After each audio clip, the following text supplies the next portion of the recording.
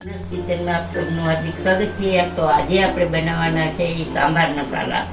તો ચાલો, તો મેં છે ને આટલી 2 ચમચી ચણાની દાળ લીધી છે, 2 ચમચી 1.5 ચમચી અડદની દાળ લીધી છે અને 2 ચમચી ચોખા લીધા છે ને 1 ચમચી મગની દાળ લીધી. તો આપણે આ બધું ગેસની ફ્લેમ ચાલુ કરી છે આપણે. તો અને આને છે ને એકદમ ધીમા તાપે શેકવાનું છે બધું. જે મોસ્ટ એનું જે મોસ્ટ હોય ને એવું ઓગળી જાય, પાણી ન જ રહે, એટલે આપણને પીસવામાં સારું પડે.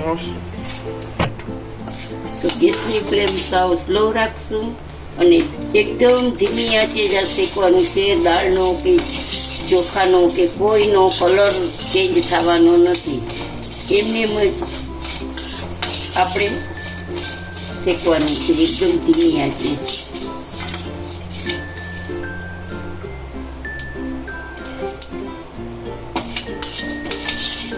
તો દાળ ને ચોખા ને એ બધું મેં ધોઈ અને પેલા સૂકવી દીધું હતું, પછી જ યુઝ કરું છું, કારણ કે આમાં ધોવાનું ન હોય એટલે મેં ધોઈ નાખ્યા છે પેલા દાળ ચોખા બધું. તો જોઈ શકો છો કે આ આપણું દાળનું શેકાઈ ગયું છે, એકદમ પેલું થઈ ગયું છે. જો તો આપણે એને વાસણમાં કાઢી લઈશું. તો આપણે એક વાસણમાં કાઢી લઈશું એક બાજુ.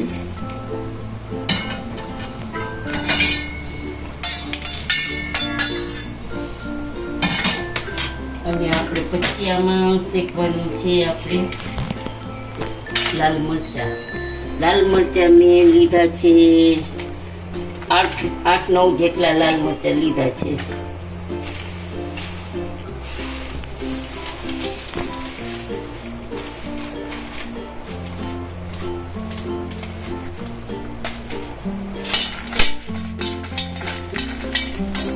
એમાં આપણે લીમડો થોડોક શેકેલો ધોયેલો છે, તો આપણે એમાં શેકી નાખશું એટલે મરચા સાથે લીમડો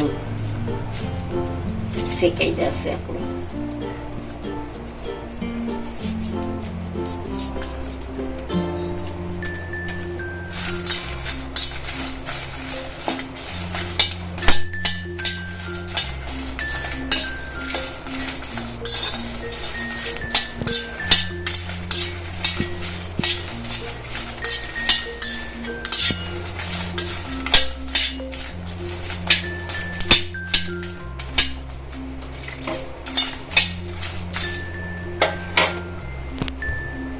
હવે આપણે આ 3 ચમચી ધાણા લીધા છે અને 1-2 ચમચી જીરું લીધું છે. તો એની આપણે શેકી લઈશું એકદમ ધીમી આંચે.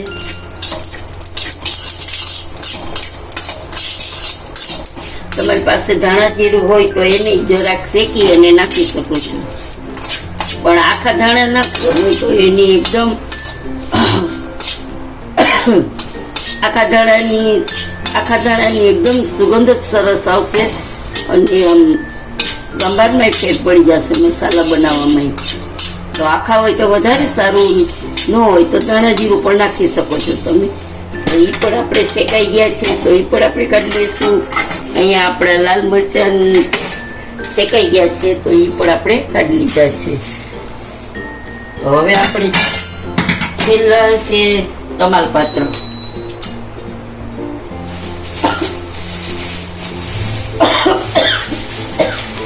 તો આપણે તમાલપત્ર અને એક બાજુ એ શેકાતા, તો એ શેકાઈ ગયા છે. હવે આ બધું જ આપણે ઠરવા દઈશું. ઠરે ને પછી મિક્સર જારમાં એકદમ બારીક પાવડર કરી લેવાનો છે. તો એને આપણે ચાલો બાર પંખામાં. તો જોઈ શકો છો ગાઈઝ, આપણે અહીંયા મરી કાળા અને હળદર જરાક શેકી લીધા છે. તો આપણે એ ઠંડા થઈ ગયા છે, તો મિક્સર જારમાં નાખી દઈશું. અને અહીંયા આપણે જુઓ કાળા મરી છે, હળદર છે અને લાલ મરચાં છે, પછી લીમડો છે, બધું મેં તમને બતાવીને જ નાખ્યું છે, પણ તો તમાલપત્ર છે, તજ, લવિંગ અને બાદિયા. હું 1 બાદિયાનું ફૂલ નાખ્યું છે આપણે સુગંધ માટે. અને ધાણા છે અને જીરું શેકેલું છે. અને આ છે ચોખા, ચણાની દાળ, મગની દાળ અને અડદની દાળ. એ બધું ત્રણેય શેકાઈ ગયું છે. અને આ છે ધાણા અને જીરું. બધું હું આમાં મિક્સર ગ્રાઇન્ડરની જારમાં નાખી દઉં છું. તો હવે આપણે એને પીસી લઈશું. બરાબર.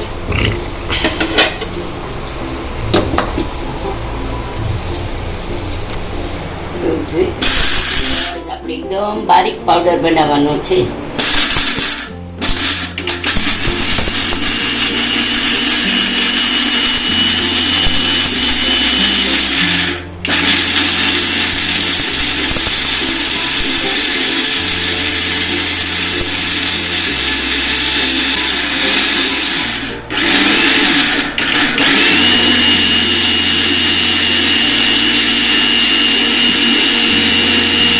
બારીક પાવડર થઈ ગયો છે આપણે એકદમ સરસ. હવે લાસ્ટમાં આપણે હિંગ નાખશું. હિંગ તો મહત્વની જ છે. હિંગ અને લાલ મરચું પાવડર, એટલે એનાથી આપણો મસાલાનો કલર મસ્ત થશે.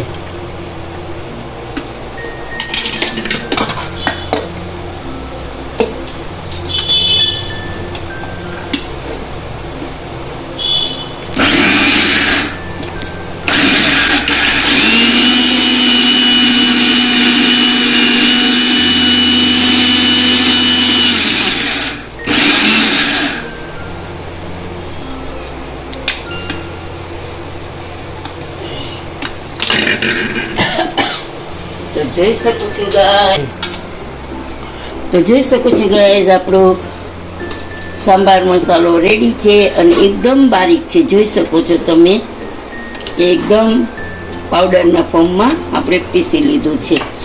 તો ચાલો આપણે હવે એને એક કાચના બાઉલમાં કાઢી લઈ, પછી એને આપણે એક ટાઈટ બરણીમાં ભરી લઈશું.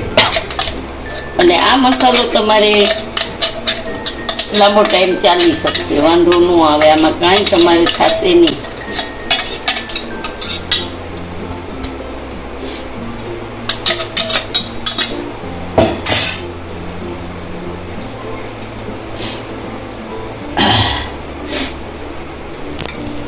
આપણો સાંભાર મસાલો રેડી છે.